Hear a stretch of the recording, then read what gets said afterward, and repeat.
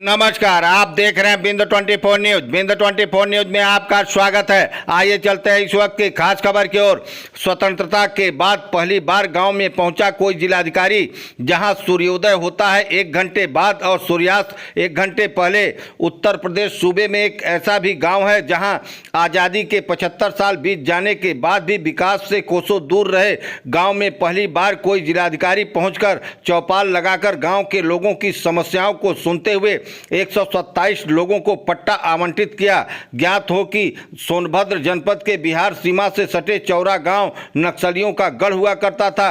इसी वजह से आज़ादी के 75 साल बीत जाने के बाद भी इस गांव में आज तक कोई बड़ा अधिकारी, मंत्री या नेता नहीं पहुंचा है। इस गांव की एक खासियत लोग बताते हैं कि इस गांव में सूर्योदय 1 घंटे देरी से तथा सूर्यास्त 1 घंटे पहले हो जाता है। आज़ादी के 75 साल बाद पहली बार चौरा गांव में जिलाधिकारी चंद्रविजय सिंह के पहुंचने पर गांव वालों के चेहरे पर प्रसन्नता देखने लायक थी। विकास से कोसों दूर रहे गांव वालों को विकास की उम्मीद की किरण दिखाई देने लगी।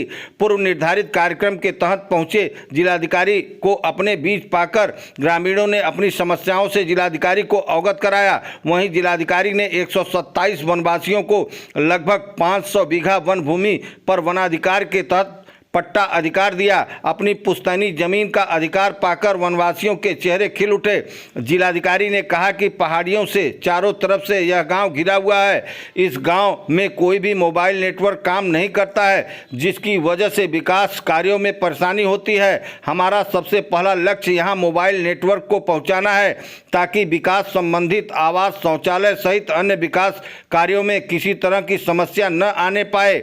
इसके साथ ही इस गांव को विलेज टूरिज्म के रूप में विकसित किया जाएगा, क्योंकि पर्यटक इस तरह के गांव को पर्यटन के रूप में खोजते हैं। वहीं वनाधिकार के तहत अपनी जमीन पर अधिकार पाकर वनवासियों ने कहा कि आज उन्हें बहुत खुशी है कि जिस जमीन पर उनके बाप दादा जुताई बुआई किया करते थे, उस भूमि का अधिकार जिलाधिकारी द्वारा उन्हें दोबारा दिया गया है। उत्तर प्रदेश के जनपद सोनभद्र अंतर्गत नगवां विकास खंड में सैकड़ों फीट नीचे पहाड़ी की तलहटी में बसा चौरा गांव अपने आप में सोनभद्र का ही नहीं, पूरे उत्तर प्रदेश का अनूठा गांव है। इस गांव में सूर्योदय 1 घंटे बाद व सूर्यास्त 1 घंटे पहले हो जाता है। इसका मूल कारण पूरा गांव 3 तरफ से ऊंची ऊंची पहाड़ियों की चोटी से घिरा हुआ है और चौथी तरफ बहती नदी का छोर है, जिससे इस गांव की सुंदरता में और 4 चांद लगाता है। बिंदु 24 न्यूज से गौरव श्रीवास्तव द्वारा सोनभद्र की खास खबर। क्षेत्रीय तथा अन्य ताजा तरीन खबरों को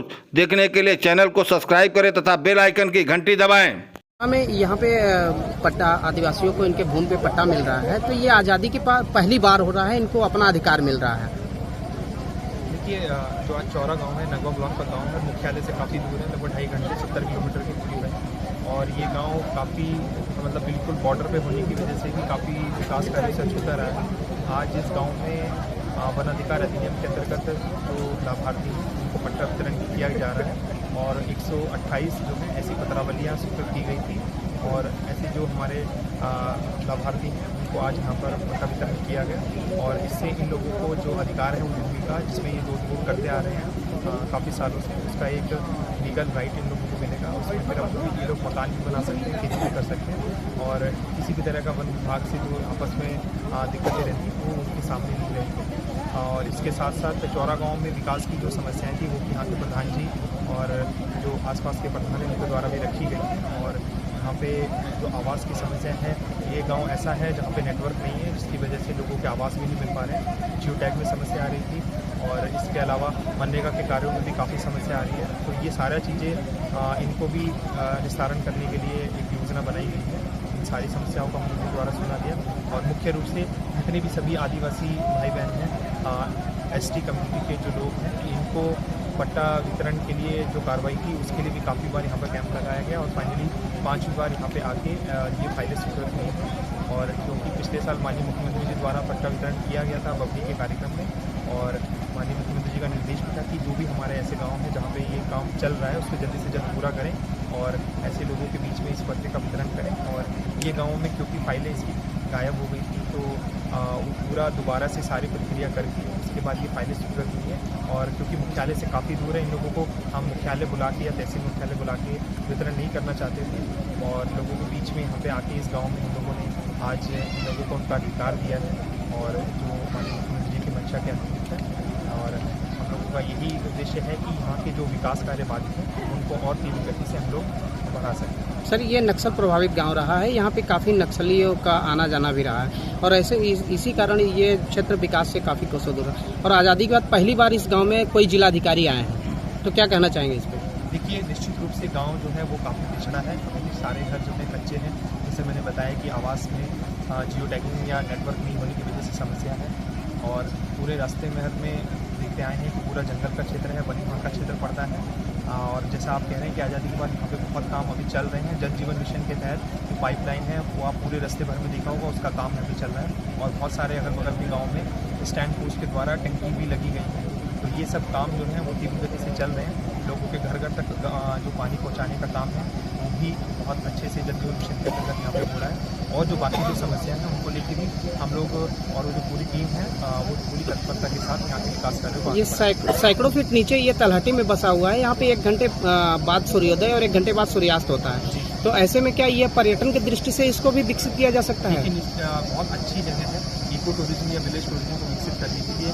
और बहुत सारे जो ऐसे टूरिस्ट होते हैं जिनको विलेज की जो रिमोट एरिया होते हैं उनकी फील लेने के लिए विलेज टूरिज्म की बात करते हैं, तो उसके लिए पूरा क्षेत्र जो है ये बहुत अच्छा है और काफ़ी सुंदर है। और थोड़ा सा और डेवलपमेंट होने के साथ साथ ये सारी चीज़ें हम लोग आगे बढ़ाने का प्रयास करें। तो क्या इसको शिमला की तरह बनाया जा सकता है? पर्यटन उतना तो मैं नहीं कहता, लेकिन जैसे जैसे सुविधाएँ बढ़ेंगी और यहाँ के लोगों की जो मूलभूत सुविधाएं हैं कि उनको शिक्षा की कमी है और स्कूल जो प्राइमरी स्कूल है और उसके बाद सीधे 8 किलोमीटर चलने के बाद जो जूनियर स्कूल है, तो ये सारी समस्याएं हैं। उन चीज़ को हम लोग कोशिश कर रहे हैं कि अभी जैसे और टाइम आएगा हम लोग बहुत जल्दी इसमें अपने जो भी फंड्स हैं उसको लगा के इन सारी समस्याओं को दूर करने का प्रयास करें। ठीक है सर। सुरेंद्र जी, किस पद पे हैं आप? राजस्व निरीक्षक के पद पर। सुरेंद्र जी, यहाँ पे वनाधिकार का आज आज़ादी के पहली बार यहाँ पट्टा दिया गया है और इनको अधिकार दिया गया है अपनी जमीन पे, तो यहाँ पे वनाधिकार देने में या इनके कागजात बनाने में किस तरह की दिक्कतें आई हैं? वनाधिकार प्रकरण में यहाँ मुख्यतः वन विभाग द्वारा अड़चनें उत्पन्न की जा रही थी और यहाँ पर जो हमारे राजस्व विभाग से संबंधित अधिकारी निचले स्तर पर लेखपाल आए थे, सर्वे किए, उनकी तमाम शिकायतें भी वन विभाग द्वारा की गई कि लेखपाल जो है गलत तरीके से कब्जा ज़बरदस्ती दे रहे हैं, वन विभाग पर कब्जा करवा रहे हैं, इस तरह की शिकायतें आ रही थी। यह जो है प्रकरण जिलाधिकारी महोदय के समक्ष रखा गया।